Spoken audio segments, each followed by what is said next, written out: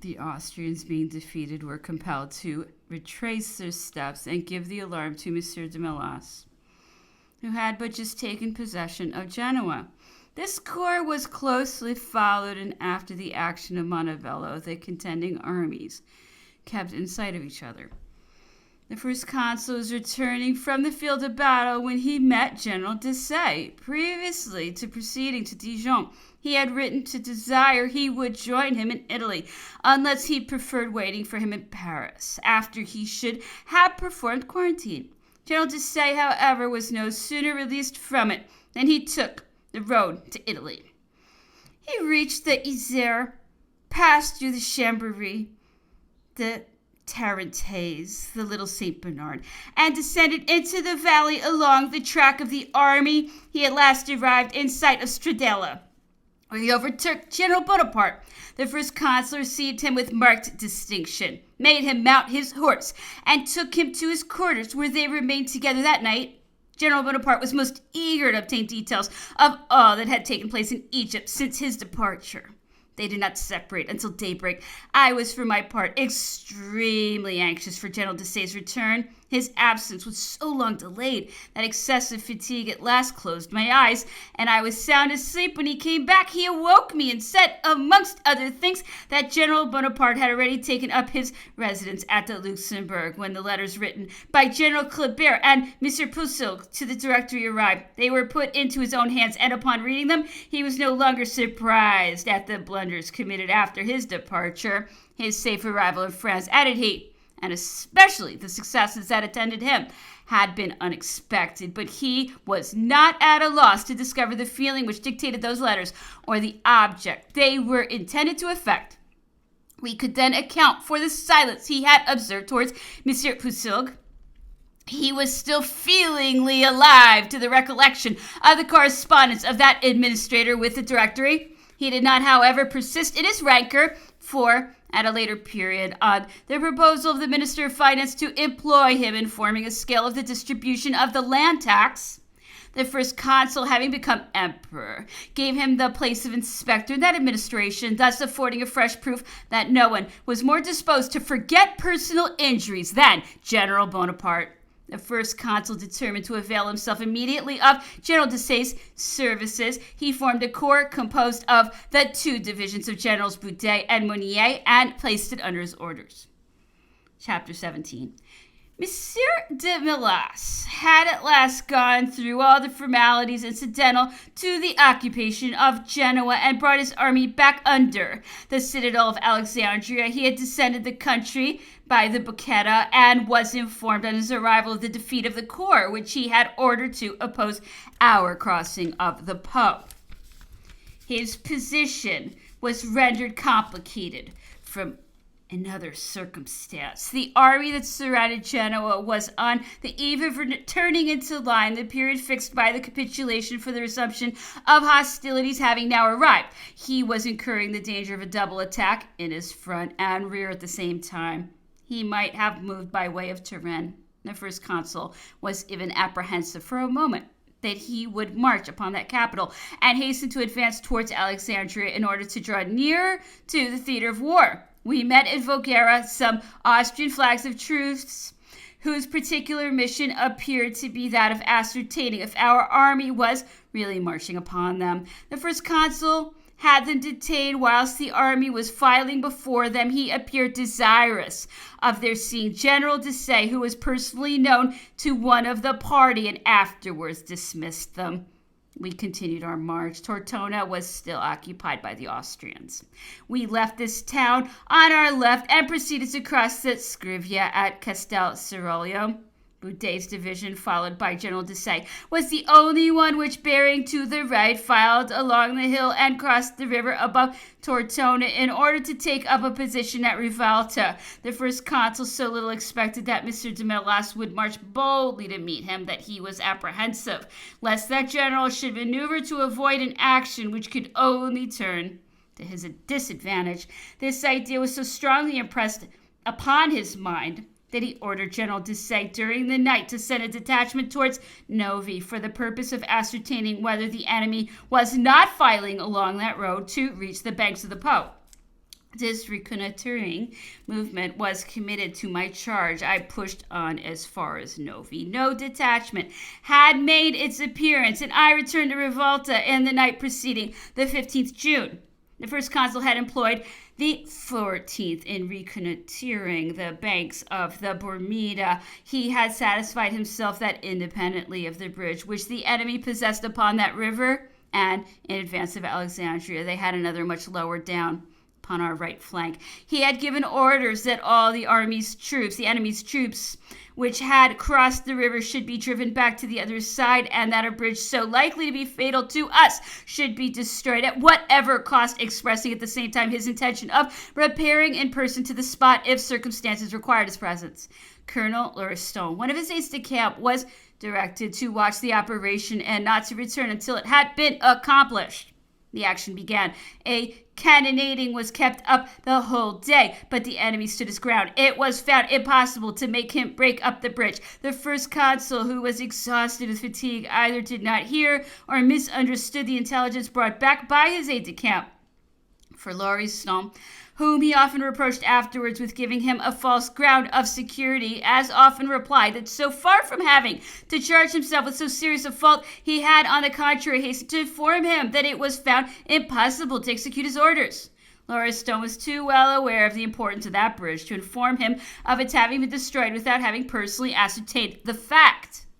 The first consul had remained until a late hour visiting his lines. He was just returning when the report was brought of him of the reconnoitering I had effected as far as Novi. He did me the honor to tell me at a later period that he had found it difficult to persuade himself that the Austrians had not attempted to escape him by a road which was not watched, and which offered them a more secure retreat, since it removed them to a greater distance from Messina, who had resumed hostilities. This omission appeared the more improbable to him from the circumstance that, having remained on horseback with his vedettes a great part of the night, he had seen but very few fires in the enemy's lines.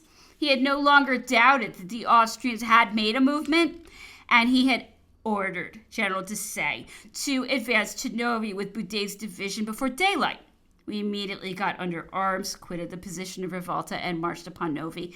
But the day had scarcely begun to dawn when we heard a repeated firing of cannon at a distance in the rear of our right. We were in a flat country and could only perceive a little smoke. General Desaix was astonished at these reports, stopped the march of his division, and ordered me to proceed in all haste and reconnoiter Novi. I took with me 50 horsemen, put them at full speed upon the road, and soon reached the spot to which I was sent. Everything was quiet, and just as I had left it on the preceding day. No troops had yet made their appearance. I galloped back with my detachment and rejoined General Desaix.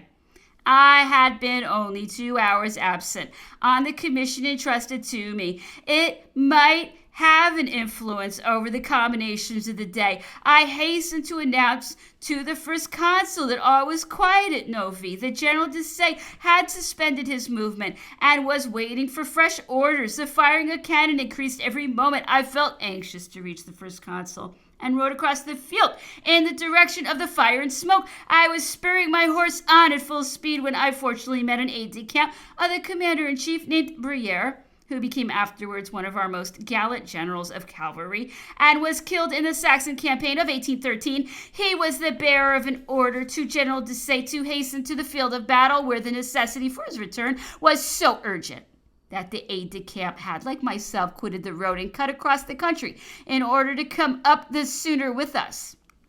I pointed out where he would find General Desaix and ascertained from him where I could meet the first consul.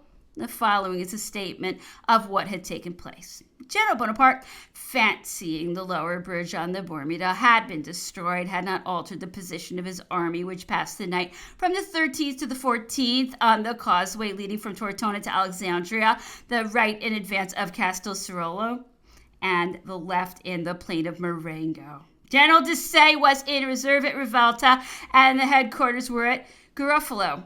We had left in our rear the town of Tortona, which was occupied by an Austrian garrison, and we had therefore been compelled to make our line of operations pass through Castelcerolo. The first consul was waiting for the corps he had recalled from Parma and Placentia, as well as the one lately engaged in the siege of the Fort de Bar, of which we had just obtained possession. The latter corps was advancing by Pavia, the others by Stradella and Montebello, but neither of those corps had yet joined us. The position of the army was far from encouraging. It had an enemy in front who had been reduced to the necessity of making every sacrifice to force its way. It was moreover weak and spread over a large surface of ground. It required all the genius of the first consul to turn such untoward circumstances to good account. Any other general, even one of no ordinary talents, would undoubtedly have lost the battle we were compelled to accept the next morning. Our right had been assailed at daybreak of the 14th of June by a numerous cavalry which had debouched across the bridge we ought to have destroyed the preceding day.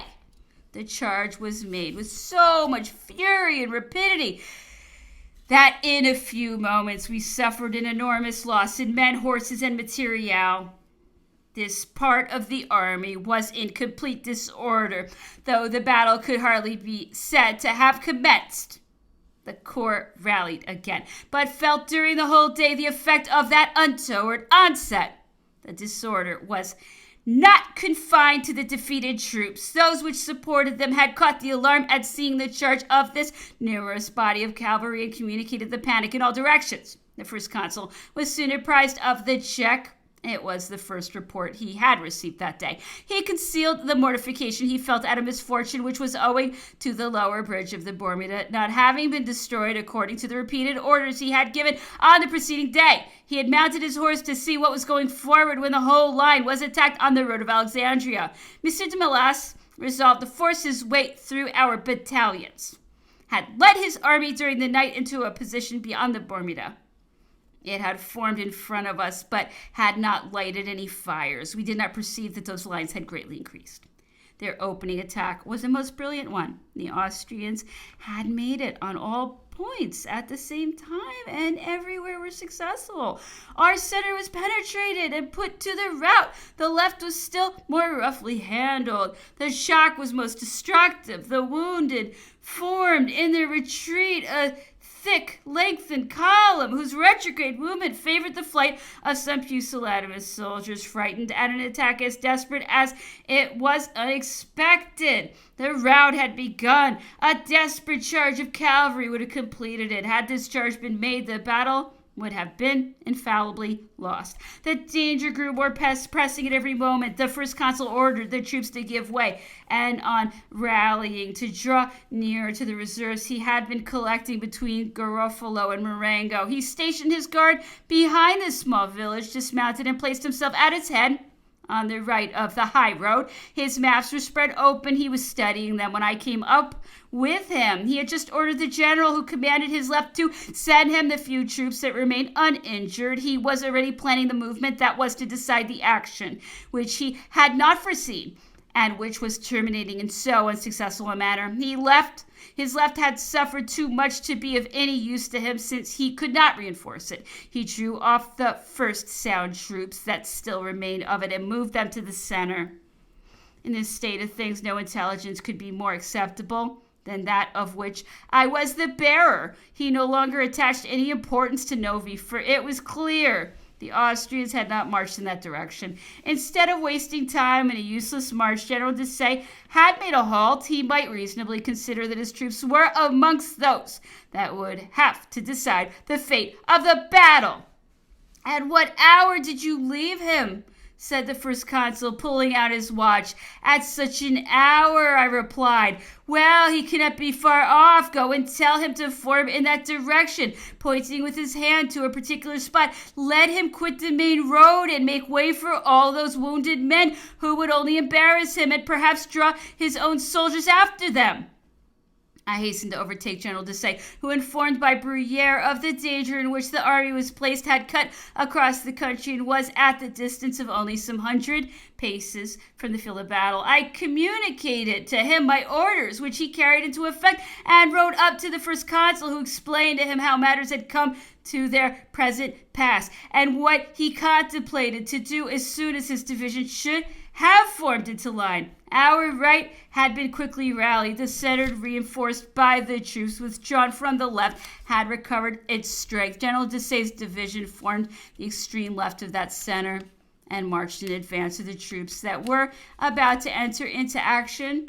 As to our left, it no longer existed.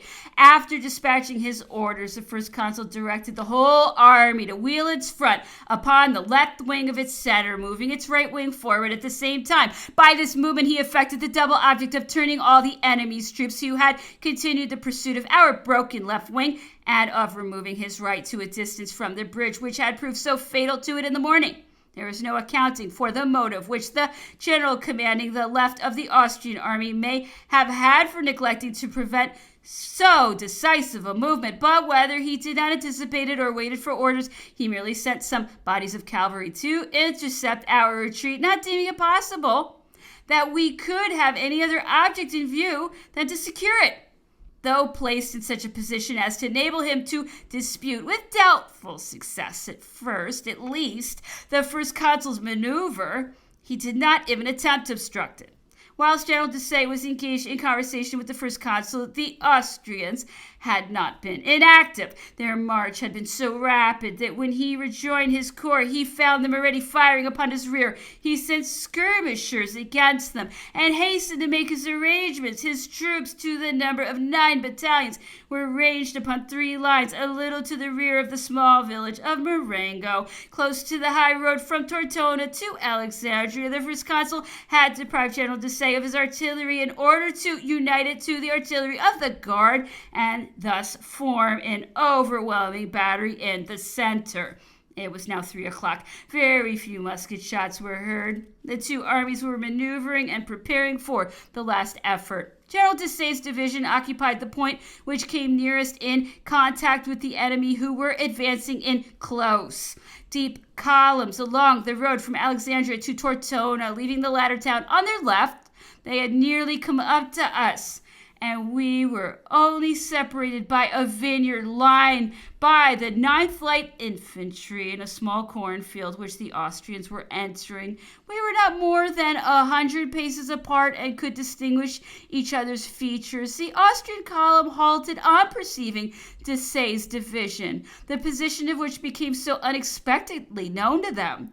The direction of its march would infallibly bring it upon the center of our first line. It was no doubt endeavoring to ascertain our strength previously to opening its fire. The position was becoming every moment more critical.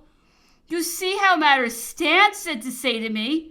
"I can no longer put off the attack without danger of being myself attacked under disadvantageous circumstances. If I delay, I shall be beaten, and I have no relish for that. Go, then, in all haste, and apprise the first consul of the embarrassment I experience. Tell him I cannot wait any longer, that I am without any cavalry, and that he must direct a bold charge to be made upon the flank of that column, whilst I shall charge it in front."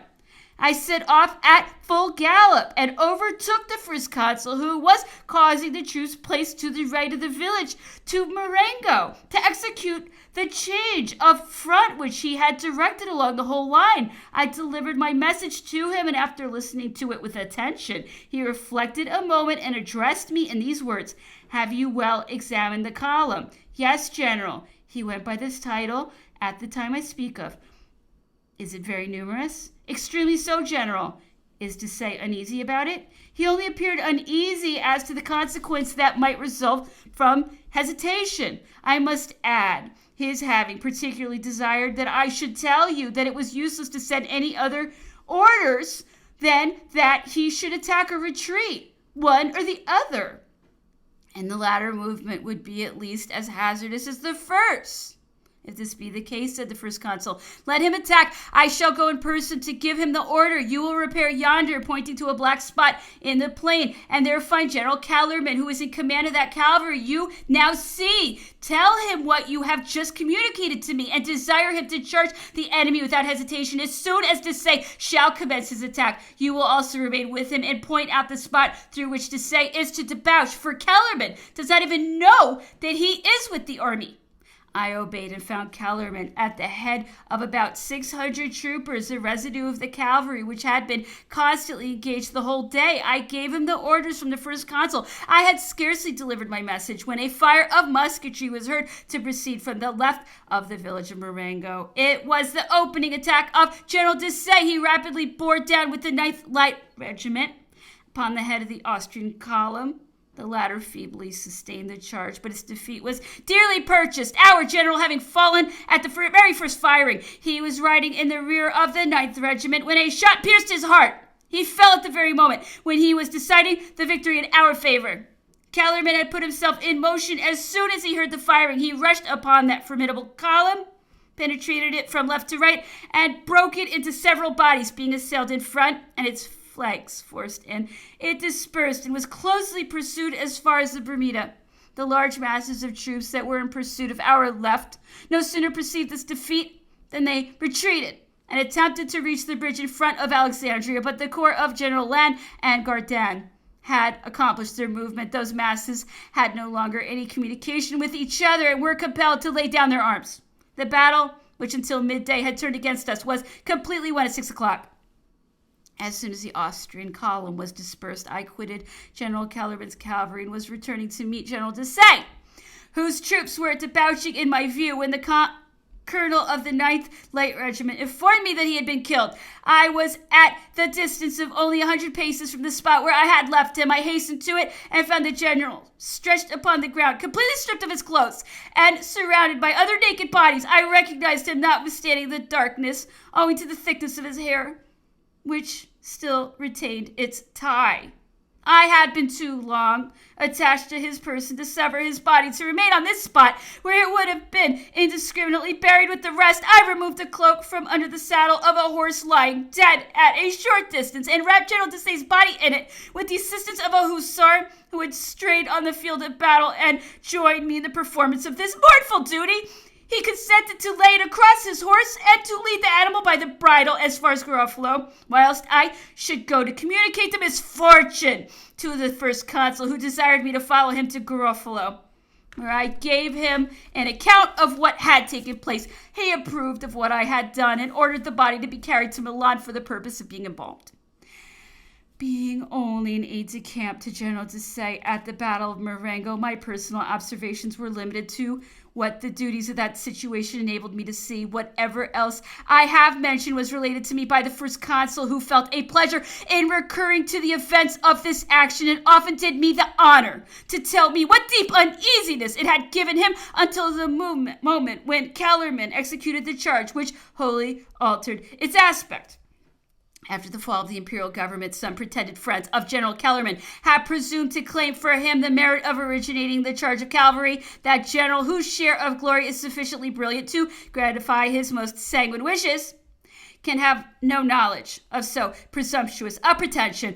I the more readily acquit him from the circumstance that, as we were conversing one day respecting that battle, I called to his mind my having brought to him the first consul's orders, and he appeared not to have forgotten that fact. I am far from suspecting his friends of the design of lessening the glory of either General Bonaparte or General Desaix. They know, as well as myself, that there are names so respected that they could never be affected by such detractions, and that it would be as vain to dispute the praise due to the chief who planned the battle as to attempt to depreciate the brilliant share which General Kellerman had in its successful result. I will add to the above a few reflections. From the position which he occupied, General Desaix could not see General Kellerman. He had even desired me to request the first consul to afford him the support of some cavalry. Neither could General Kellerman, from the point where he was stationed, perceive General Desaix's division. It is even probable that he was not aware of the arrival of that general, who had only joined the army 2 days before. Both were ignorant of each other's position, which the first consul was alone acquainted with. He alone could introduce harmony into their movements. He alone could make their efforts respectively conduce to the same object. The fate of the battle was decided by Kellerman's bold charge. Had it, however, been made previously to General Desaix's attack, in all probability, it would have had quite a different result. Kellerman appears to have been convinced of it, since he allowed the Austrian column to cross our field of battle and extend its front beyond that of the troops we had still in line without making the least attempt to impede its progress. The reason of Kellerman's not charging it sooner was that it was too serious a movement and that the consequence of failure would have been irretrievable. That charge, therefore, could only enter into a general combination of plans to which he was necessarily a stranger. The check recently suffered by the Austrian army was too severe not to be attended with disastrous consequences. General Melas had consumed that time in fighting which he ought to have employed in regaining the Po by way of Turin and Plasencia. The favorable opportunity was lost, and that object was no longer attainable. Massena, having been reinforced by the small corps commanded by General Desaix, had re-entered Piedmont and might look forward to obtain successes over a defeated army like that of M. de Melas. Ours, on the contrary, was intoxicated with his victory and ardently desired to give the Austrians a finishing blow. Had M. de Melas hesitated in coming to some resolution, he would have been irretrievably destroyed. He was in a disagreeable position, more particularly after his triumphant entry into Genoa. He was compelled, however, to submit to necessity and have the recourse to negotiations. He sent a flag of truce to the headquarters at Garofalo. General Zach, the chief of his staff, was still there, having been taken prisoner on the previous day. He had held a long conversation with the first consul and was acquainted with the desire felt by the latter for peace and with his intention not to make a bad use of his victory by imposing conditions upon the Austrian army which their honor would compel them to reject. General Bonaparte proposed that he should go and acquaint M. de Melas with his intentions. M. Zach accepted the proposal. He departed with the flag of truce, joined his commander-in-chief, and hastened back to report that the latter accepted the bases transmitted to him. General Berthier immediately repaired to Alexandria and concluded with M. de Melas a convention in virtue of which the latter engaged to retire behind the Adige. By filing off through our ranks, he was also to evacuate the fortified towns of Piedmont and restore to our possession those of Italy as far as the Mineo. This convention having been ratified, the first consul took his departure for Milan and left to General Berthier the care of seeing it carried into effect. Some difficulties arose with respect to the article relating to Genoa. Massena had received orders to occupy that city, which had been only a few days out of his possession. He demanded it back of the Prince of Hohenzollern, who had been left as its governor by General Melas with a large body of troops. The prince, feeling wounded at such an act of humiliation, refused to comply. Massena made his report of this untoward event, but the Austrian army had already quitted Alexandria to repair to the Adige. The question was a delicate one, nevertheless, as the stipulations were quite positive. As the Prince of Hohenzollern's corps formed part of the army which was to evacuate Italy, and as Genoa was one of the cities, the restoration of which was agreed upon, it became the duty of M. de Melas to put an end to the opposition lately raised. He acted on the occasion with a frankness which did him honor. He summoned the prince to obey and declared that if he persisted in his refusal, he should abandon him and his troops to the consequences that must be the result of his obstinacy. Being summoned in so peremptory a manner, Hohenzollern dared not persist in disowning the capitulation. He delivered up the city and followed the road taken by the Austrian army.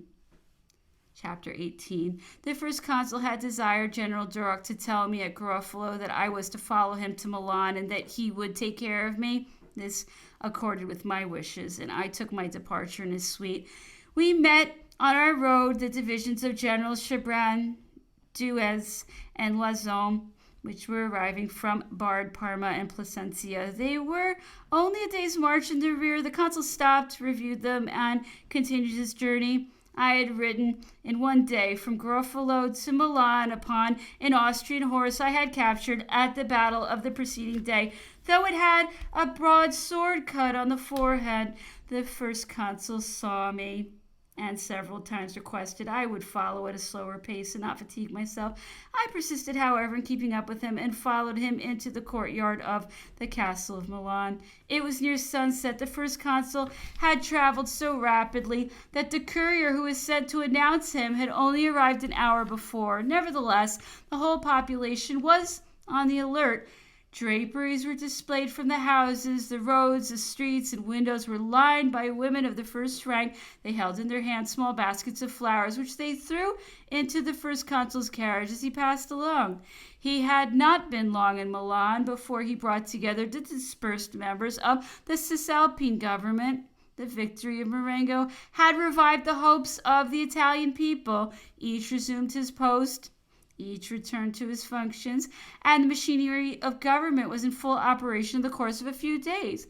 In the midst of this general satisfaction, I was overtaken by the equipage of my late general. They had arrived under the care of Rapp, my companion in arms, who had been detained from us by a serious illness. We were both giving way to the bitterness of our regret and to uneasiness respecting our future fate when the first consul caused us to be informed that he retained us as his aides-de-camp. I experienced a transition from anxiety to a species of delirium, was so happy and so affected that I found it impossible to vent my gratitude in adequate terms. The Austrian armies had reached the boundaries assigned to it by the capitulation of Marengo, but the court of Vienna had not yet ratified the armistice which the first consul was desirous of extending to the army of the Rhine. In order to bring about a peace, he sent for General Massena, whom he destined to the command of the army. At his departure, they had not met since his setting sail for Egypt. He gave him a most flattering reception and repeatedly congratulated him on his noble defense of Genoa. The ratification having arrived from Vienna, the first consul took his departure for Paris by way of Piedmont and Mount Cenis, and desired me to accompany him. He soon reached Turin and remained 1 or 2 hours to visit the citadel, which had just been given up to the army, returned to his carriage, and did not stop on his way until he reached Lyons. The road was lined with men of all ranks and of all classes, no less attracted by gratitude than by curiosity. There is no exaggeration in saying that he traveled from Milan to Lyons between 2 rows of people who had flocked from the towns as well as from the country to see him. And in the midst of unceasing acclamations, the population of Lyons, in the same kind of intoxicating joy which it had displayed on the return from Egypt, proceeded in a body to the Hôtel de Célestin, where we had alighted to breakfast, forced the gates, and evinced such eagerness and impatience to behold the first consul that he was compelled to yield to its wishes and show himself on the balcony. He then came down for the purpose of laying the first stone of the Place de Bellecour, which he had ordered to be restored to its former state, and proceeded on his way to Dijon, where he intended to review a corps of reserve which was organizing in that city, whence it was to go and join the army. The manifestations of joy were still greater at Dijon than at Lyons. The apartments intended for the first consul were lined by the most fascinating women of that delightful city. The crowd of men was immense. All wished to see and approach him. The house was full of people. He could nowhere find retirement in it. The women were remarkable for the vivacity of an unaffected joy which threw animation into their eyes and gave their faces as deep a color as though they had trespassed the bounds of decorum. One of the handsomest amongst them became afterwards one of the ornaments of the court by the title of the Duchess de Bassano.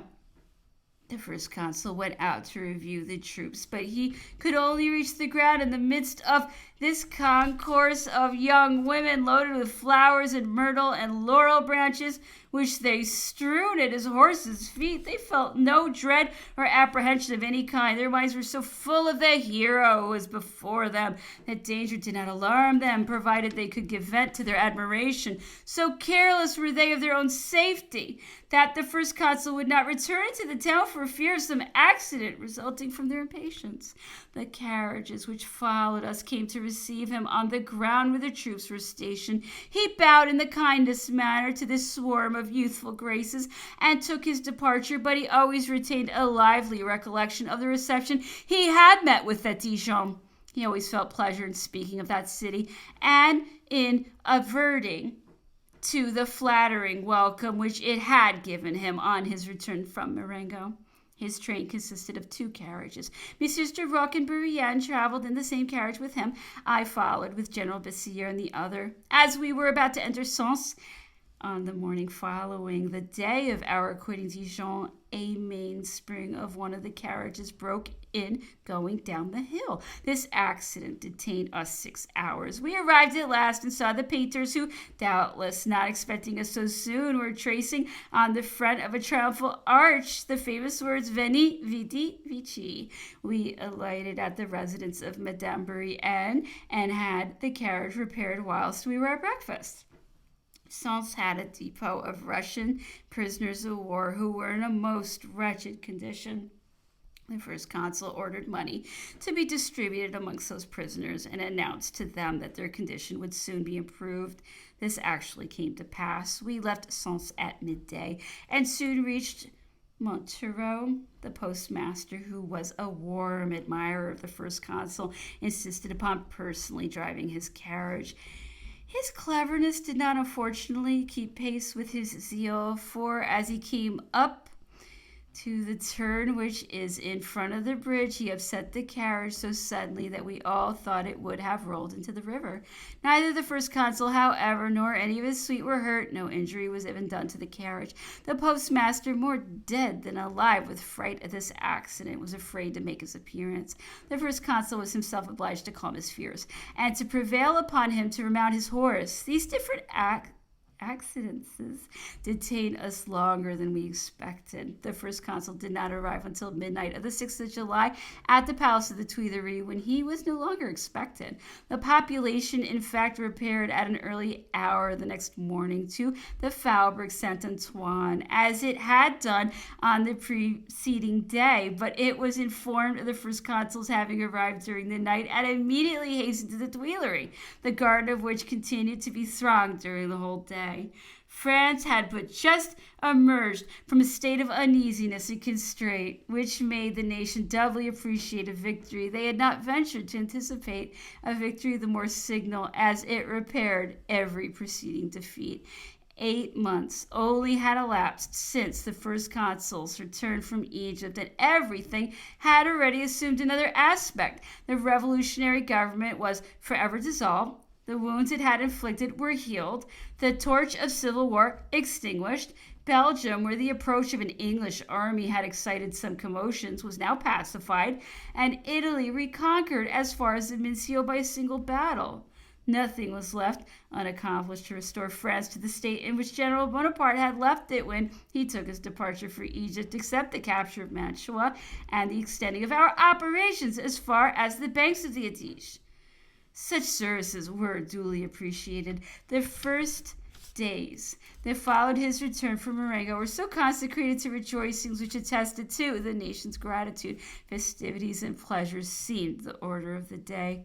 Each public body, each individual felt anxious to take a part in the general rejoicing. The first consul was partaking also of the prevailing gladness when he learned that a courier from Italy had brought an account of the loss of the Battle of Marengo. The courier had been dispatched at the moment when everything seemed desperate, so that the report of a defeat was general in Paris before the first consul's return. Many projects were disturbed by his arrival. On the mere announcement of his defeat, his enemies had returned to their work and talked of nothing less than overthrowing the government and avenging the crime of the 18th Brumaire.